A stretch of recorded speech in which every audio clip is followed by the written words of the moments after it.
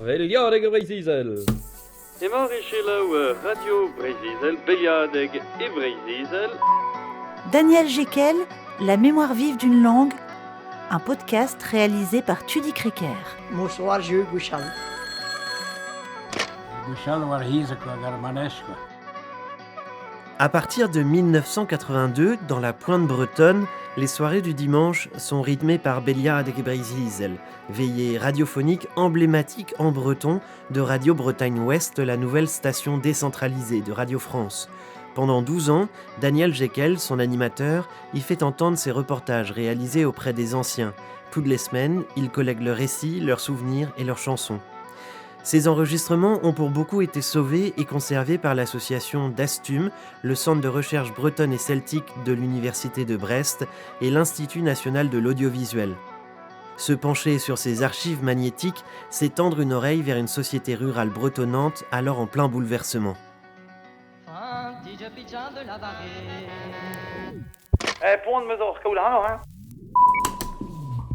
Même les bigorneaux écoutent RBO.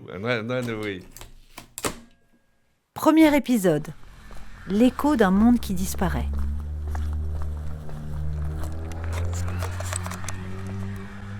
Dans sa maison, en impasse, sur les hauteurs de Quimper, Daniel Jekel m'ouvre sa porte. Dans le salon, des meubles bretons, sur la table, de vieux carnets emplis de noms et d'adresses et un paquet de lettres d'auditeurs et auditrices. Toutes et tous étaient des fidèles du rendez-vous radiophonique du dimanche soir, Belliadeg et Breizizel, la veillée de Basse-Bretagne.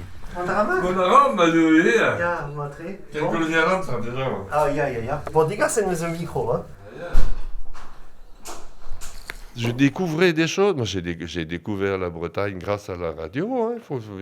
J'ai découvert mon pays. Daniel Jekel. Moi, je n'étais pas du tout préparé à aller à la radio. En premier, je paniquais, mais une fois que tu es lancé, tu trouves que ça passe vite. Ça plaisait plus ou moins les unes que les autres, mais ça plaisait aux gens. Surtout qu'il y avait des histoires de la terre, comme ça. Une des premières que j'avais fait avec Eugène Lunven de Plougonvelin, là. C'était un trafiqueur Keizek, et il avait 18 juments. Mais on m'a souvent parlé de celui-là, hein. Ah, t'as été voir un, là, moi. Il avait 18 juments. Ça c'était un homme, quoi. Pendant plus de 10 ans, l'émission clôture la semaine et la grille des programmes de la première radio publique bilingue de France. Elle porte deux noms, RBO, Radio Bretagne Ouest en français, RBI, Radio Breizizel en breton. Il faut bien mesurer l'importance de cette nouvelle radio, car pendant longtemps, la langue bretonne fut marginalisée sur les ondes FM. Il y eut bien sûr les sketchs très populaires de Jacques Escrochen et Guillaume Virne sur Radio Kimer, puis la création de Radio Brest en 1962, avec quelques émissions en breton. Mais la création de RBO, 20 ans plus tard, marque un tournant. Le 3 août 1982, le breton sort enfin de la marge assignée et s'affirme sur la FM. La veille, sur Radio Brest, on salue l'arrivée de cette nouvelle radio.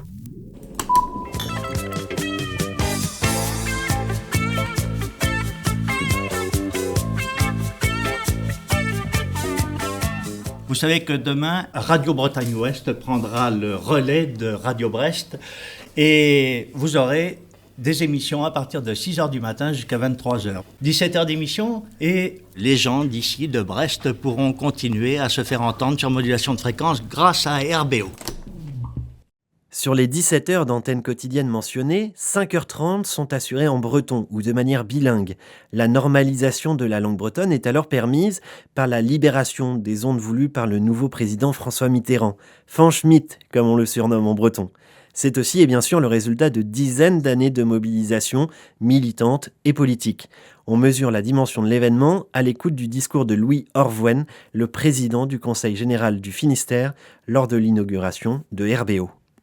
L'émotion est en effet réelle pour ceux de ma génération qui, entre 1920 et 1930, ont connu dans les écoles primaires l'offensive menée par les pouvoirs publics contre la langue et la culture bretonne et qui, aujourd'hui, voient un service public qui aura pour partie mission de développer cette langue et cette culture.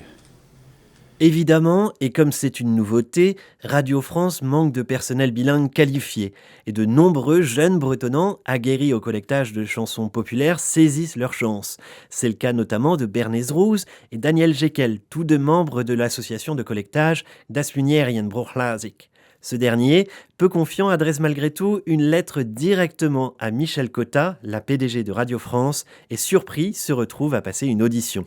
J'ai fait les essais le mardi. Moi, je connaissais rien dans ce monde-là. Bernays Roos m'avait dit, il faut que tu trouves quelque chose pour faire un indicatif. Après, il faut un pied, il faut un chapeau. Mais nous sommes tout payés. On m'a dit jamais. Indicatif, c'était pas difficile. J'ai regardé dans la discothèque. J'ai trouvé un Droyat-Fest avec Jean-Louis Valégan, Daniel Mignou. Daniel Grodby-Oudet, mon me blut. Un sky, là, total. Il fallait dire quelque chose, mais dire quoi? Moi, je ne sais pas. Alors, donc, j'ai raconté des histoires de Pierre Tanot, de l'Espleur, là, à Plomeur. Et je me souviens qu'il avait dit, il pense faire de la radio avec des engins comme ça. J'étais mourenne un peu, hein. À Kinkerken, le lendemain ou le surlendemain, je ne me souviens plus. Enfin, il y a un qui était, les essais étaient le mardi et j'étais à l'antenne le dimanche. Oh là là là là, oh ben mais l'air d'être. Et ben c'est pas quoi, mais il fallait aller enregistrer des gens. Petit qui m'a dit, je suis allé à Pont-l'Abbé.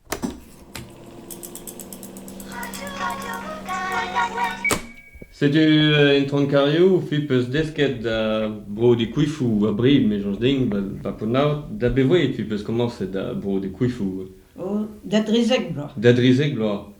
A penaos a edo da jons a dor fivoe ben enfant mil bro de rezet petran... Oh, ma douenam. Gusol na ve onena be brodees. Onena? Oh, na ve mia ve onena Ah, ja. ve brodees. Oh là là. Na ve gwella ve fas pizza mich. Jean-Marcel Bézen, elle brodait des coiffes. Ah oui, bon, mais... Hein, c'est tu. Et, On continue, hein. Ah. De dra rapporte qu'elle n'a, mais... Je m'en me scape. A penaos ne peut desket ou Micha fivoedet ben on atelier petran... Oh, non. Non. Ah non, ve go particulier, per go brodees, ve. Ah oui. Hag... Fiz eske ou mich a egisse per. Ah bon. Je n'avais qu'une demi-heure, mais dans ma tête, ça faisait une éternité à faire. Quoi. Et donc, quand je suis allé pour prendre l'antenne, c'était entre 22h et 22h30. Très bien. Et comme ça, il n'y aura pas beaucoup de monde à écouter. Moi, il y aura des gens à écouter. Moi, il y aura des critiques. Matré. Et toute la semaine, j'attendais un coup de fil. On va me dire, non, reste à la maison. Mais constamment, tant que j'étais, et je suis sincère, tant que j'étais à RBO, je m'attendais toujours à être viré. J'ai dit, on va me garder d'ici, je pensais dans ma tête, on va me garder d'ici qu'ils trouvent quelqu'un plus performant que moi. Et lors de la première émission, là, quand j'avais fini, tu penses, je transpirais. Yves Quintel était là, il me dit, c'est dur, hein? Ben, je dis oui, c'est la première fois. Oh, c'est pareil pour tout le monde. Mais c'était pas mal. Oh, je lui dis tout à l'heure, tu vas voir le technicien, c'est pas ça qu'il va te dire.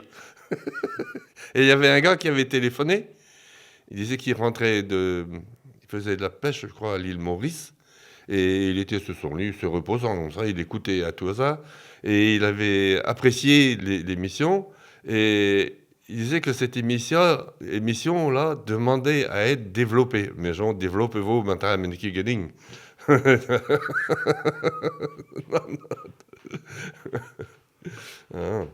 Daniel Jekel reste finalement à la tête de cette émission pendant 12 ans, jusqu'en 1994. Elle prend de l'ampleur et attire de plus en plus d'auditeurs. En 1987, un sondage médiamétrique estime que près de 109 000 Finistériens ont écouté ou écoutent l'émission de Daniel Jekel. La première interview du 8 août 1982, avec cette ancienne brodeuse de Pont-l'Abbé, fait bien entendre la teneur de ce rendez-vous hebdomadaire. C'est une Béliade de Gebrezizel, une veillée de Basse-Bretagne. Benes de wedor potred, evit apes maveder de galek a résultat sportif. A demkut brama evit dar velior de gevreisizel. Une veillée ne se fait pas avec les 15-20 ans. Hein.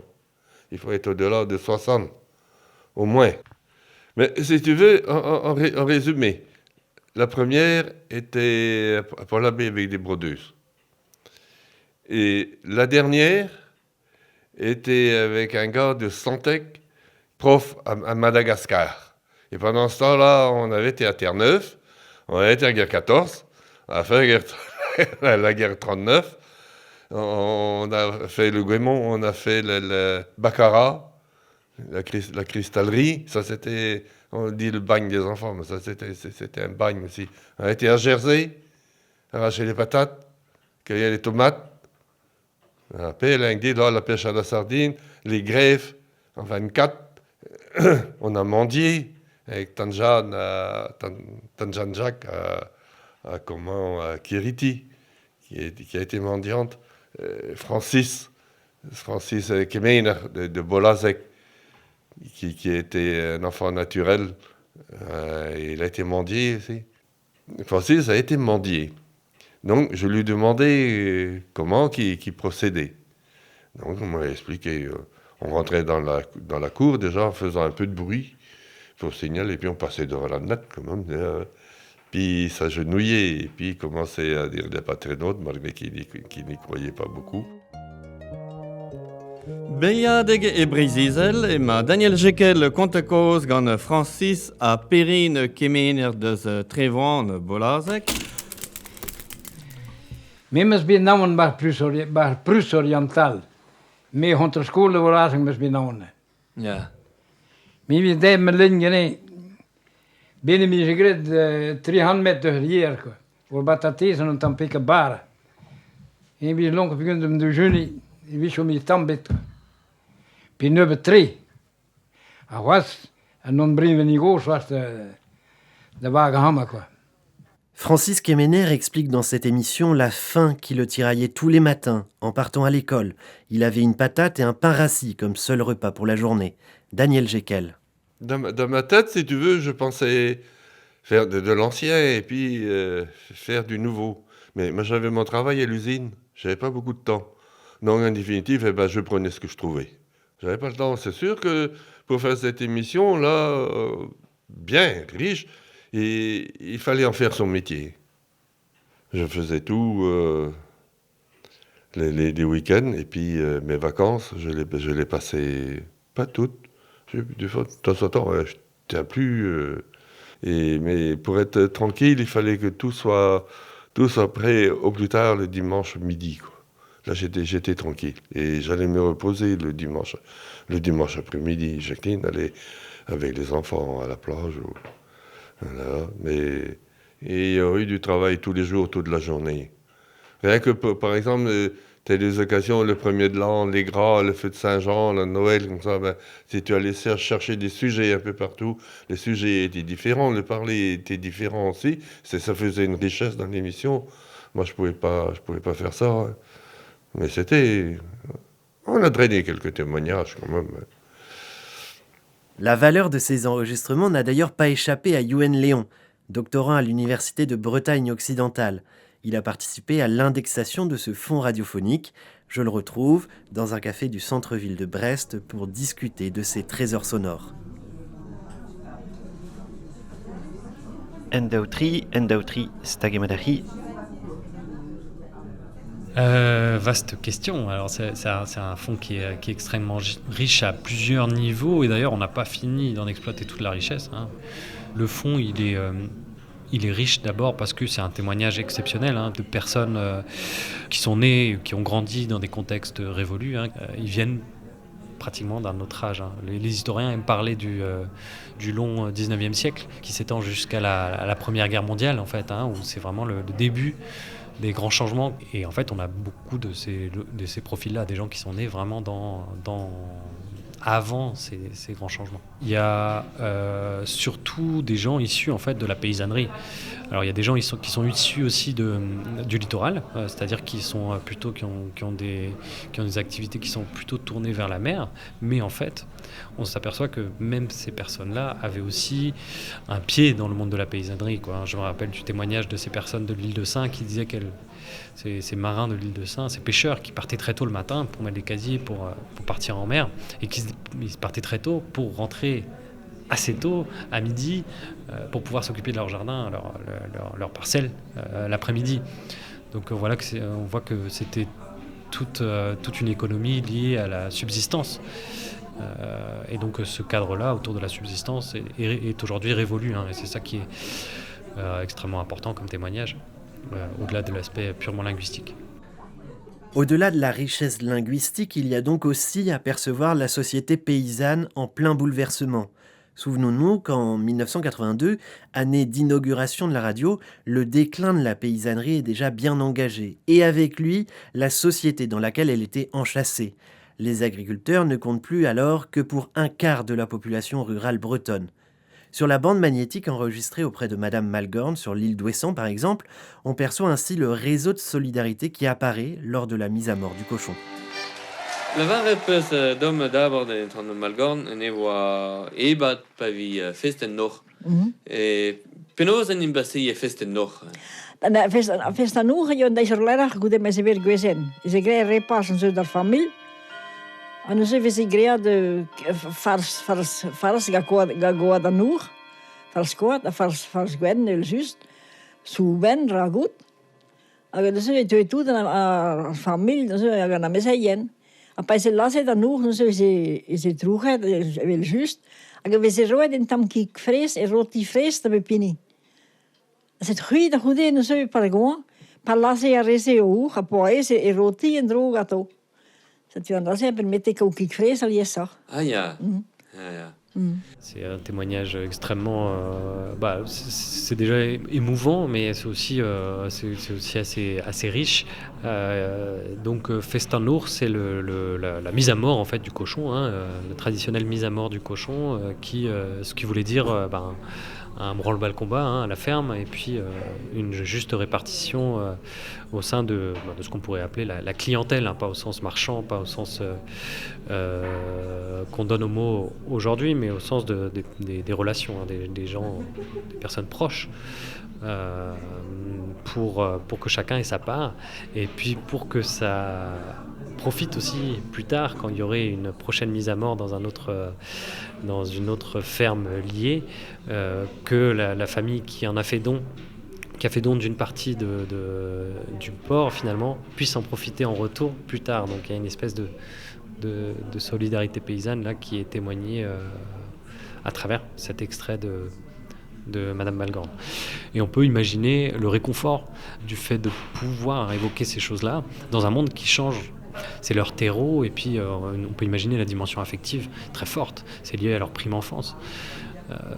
Donc le fait de se retrouver, de discuter en cette langue et d'avoir le droit de s'exprimer à un micro autour de ça, on peut imaginer que c'est source d'un immense bonheur pour ces personnes-là, et on le ressent véritablement, hein, c'est des personnes qui sont très heureuses de transmettre leur savoir et de discuter en breton.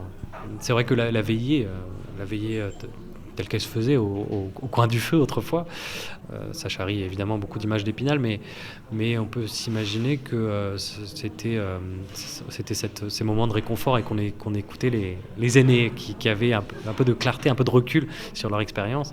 Mais c'est vrai qu'évoquer ces veillées, c'est intéressant, parce que c'est encore un gros changement culturel là qui s'est opéré au cours du XXe siècle. L'abandon des veillées, c'est lié très fortement à l'apparition de la télévision, par exemple, de la radio dans les foyers, de l'électrification. Enfin, c'est toute une façon de vivre qui a évolué, et ces veillées-là, témoins du passé, finalement, se sont éteintes progressivement. Les veillées radiophoniques de RBO et leur succès tenaient bien sûr aussi à la personnalité de son animateur. Daniel Jekyll et son breton bigoudin apportaient une saveur à ces émissions du dimanche soir. Pourtant, et cela surprendra peut-être certains, le bigoudin de la radio n'avait pas appris le breton avec ses parents et n'était pas né dans le pays bigoudin. Non. De toute façon, le pays bigoudin, c'est une fausse appellation, hein, c'est le pays des bigoudins.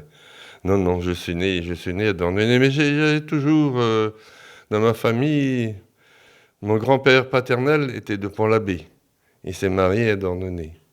Et il a eu des enfants pleins, et dont mon père. Mon père était né à Dornenay et s'est marié avec une fille de Loctudie. Donc tu vois, on n'a jamais été très loin l'un de l'autre. Mais je suis né à Dornenay. Mais à l'école, mon frère te dirait aussi, quand ça se passait mal entre les gosses, ben, on nous traitait de bigoudins. C'est du aspect à Dornenay, pénosement. Mais j'étais plus tourné sûrement de ce côté-là. Ce n'était pas la même vie du tout. Nous étions en centre-ville. On était à 5 dans 2 mansardes. Il y a toujours un en trop là. Mais allez, va dans la chambre, va sous les escaliers de la fenêtre. Alors, je passais mes soirées sous l'escalier de la fenêtre en attendant que ma mère mette de la table et puis de la soupe sur la table. Et quand j'allais à Loctudie, on était dans un penty. J'allais dehors quand je voulais. J'avais la campagne, j'avais la mer au bout du champ. J'avais des copains. J'avais plus de liberté. Et j'avais le breton. Et je crois que c'est là que je me suis... que j'ai fait des efforts. Hein. Je n'ai pas été décoré ni fortuné. Mais j'ai eu du mal aussi à... J'apprenais pendant les vacances, tu sais, je revenais à Dornenay, je ne parlais pas breton. Donc quand je retournais, je ne sais pas combien de temps après, 2 mois, 3 mois après, j'oubliais. Mais je forçais quand même. Hein. De toute façon, on me disait « Madesran, ton homme est d'audit pré-breton. » Tu penses et ma grand-mère était sourde comme un pot, qu'elle repose en paix. Et je lui avais, parce que je ne voulais pas être entendu avec le voisinat, je lui avais écrit « Parle-moi breton ». Son goût pour la langue bretonne conduit Daniel Jekyll à prendre quelques cours et rejoindre une association de collectage à la fin des années 70. Cette même passion pour la langue et les chants populaires faisait le sel de l'émission Béliard et Gebrey Zizel. Et ce sera le thème de notre 2e épisode, le trésor des chansons populaires.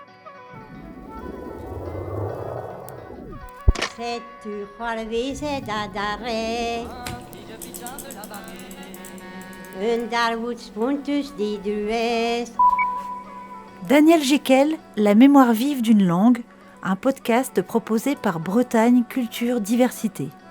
Réalisation, Tudy Kreker. Mixage et création sonore, Bastien Lambert. Coordination éditoriale, Anna Kéré. Merci à Daniel Jekyll, Philippe Lagadec du CRBC, Christelle Molina et Jean-Paul Dibouez de l'INA Loire-Bretagne. Un podcast soutenu par la DRAC Bretagne et l'Université de Bretagne occidentale.